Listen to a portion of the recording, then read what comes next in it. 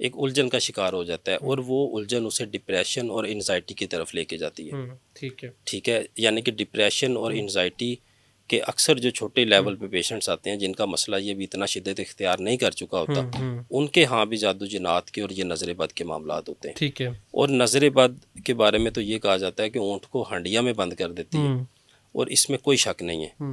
اور یہ جب سمٹمز پرانے ہوتے ہیں تو یقین کیجئے بعض جگہوں پہ یہ جادو جنات سے بھی کام آگے نکل جاتا ہے. اچھا. نظر بد کے حوالے سے. اور اس کا بہترین طریقہ ہمارے پیارے نبی صلی اللہ علیہ وآلہ وسلم نے پیاری امی جان حضرت بی بی عائشہ رضی اللہ تعالیٰ عنہ کو بیان فرمایا، حدیث مبارکہ بھی ہے کہ آپ نظر بد کے لیے رقیہ کروایا کریں. اب دیکھیں کتنی خوبصورت بات ہے کہ یعنی کہ اس سے ہمیں یہ بھی پتہ چلتا ہے کہ دم کے حوالے سے بھی ہمارے مذہب میں آقا کریم صلی اللہ علیہ وسلم کی حدیث. اچھا، اس میں رخسار صاحب یہ بتائیں کہ جب ہم بات کرتے ہیں حسد کی، ہم بات کرتے ہیں نظر بد کی، ٹھیک ہے، تو نظر بد کے حسد کے بعد نا ہمیں یہ ڈائریکشنز ہمارے سینئر سے ہی، پیرنٹس سے خاص طور پہ یہ ملتی ہے، یا وہ بچوں کو لے کے جاتے ہیں جی امام صاحب کے پاس یا کسی کے پاس لے کے جاتے ہیں جی آپ جو ہے اس کا حساب کریں یا اس کو دم رکھیں. تو یہ اس کا اصل طریقہ کیا ہے دم کرنے کا؟ اس میں بھی تو ہمیں تشخص ہونی چاہیے نا کہ کون بندہ دم صحیح کر رہا ہے، کون بندہ صرف پیسے کے لیے دم کر رہا ہے. جی اچھا، اس پہ یہ بڑا اچھا آپ کا سوال ہے کہ دم کا طریقہ کار کیا ہے. طریقہ کار کیا؟ دیکھیں قرآن پاک شفائی شفا ہے جی، پورا قرآن پاک ایک ایک لفظ شفا ہے. جی. اکثر میں نے دیکھا ہے کہ جو مختلف کلام پاک پڑھنے والے، سورہ مبارکہ پڑھنے والے لوگ ہیں، وہ اپنا کلام پاک پڑھ کے دم کرتے ہیں، ان چیزوں سے ان کو افاقہ ہو جاتا ہے خلق خدا کو.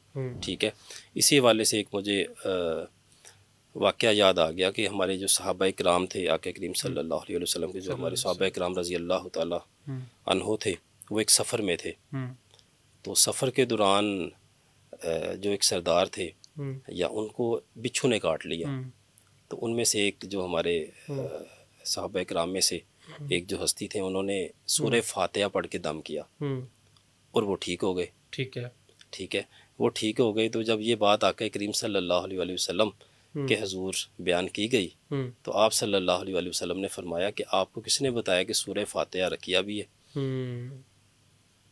ٹھیک ہے، یعنی کہ سورہ فاتحہ کا بھی آپ کر سکتے ہیں اس حوالے سے دم، یعنی کہ رقیہ ثابت ہے کہ اس میں بھی یہ ہے.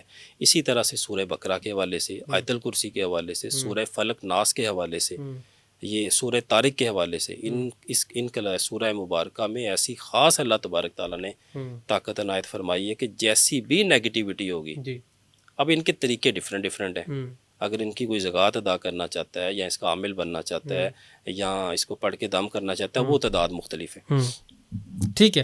اچھا، اب جنات کے حوالے سے بات ہو ہی گئی ہے تو مجھے اس میں یہ بھی بتائیے گا کہ یہ بھی کہا جاتا ہے کہ جنات سے جی دوستی کر لیتے ہیں کوئی، بہت سارے ایسے اس میں ہماری آج کل کے ڈیجیٹل میڈیا پہ لوگ بیٹھے ہیں جو آپ نے پوڈ کاسٹ آپ نے خود بھی دیکھے ہوں گے. ہم تنقید نہیں کرنا چاہ رہے، اصل ریئلٹی جاننا چاہ رہے ہیں. کیا جنات سے دوستی میں کرنا کیا جو ہے وہ پاسبل ہے؟ کیا یہ اس میں حقیقت کیا ہے؟ جی یہ بالکل پاسبل ہے، ممکن ہے، دوستیاں ہوتی بھی ہیں، اس میں کوئی کسی قسم کی دوسری رائے نہیں ہے. ٹھیک ہے. اب اس میں دوسری ایک چیز آ جاتی ہے، پابند کرنا، قید کرنا. ٹھیک ہے، جنات کو. ٹھیک ہے. اب دیکھیں کوئی بھی اللہ تعالیٰ کی مخلوق ہے وہ قید ہونا پسند نہیں کرتی. اچھا، کامن سینس کی بات ہے کہ کسی چیز کو بھی آپ قید کریں گے، پنجرے میں بند کریں گے، وہ اس کی نیچر کے خلاف ہے اگر وہ جیسی بھی ہے.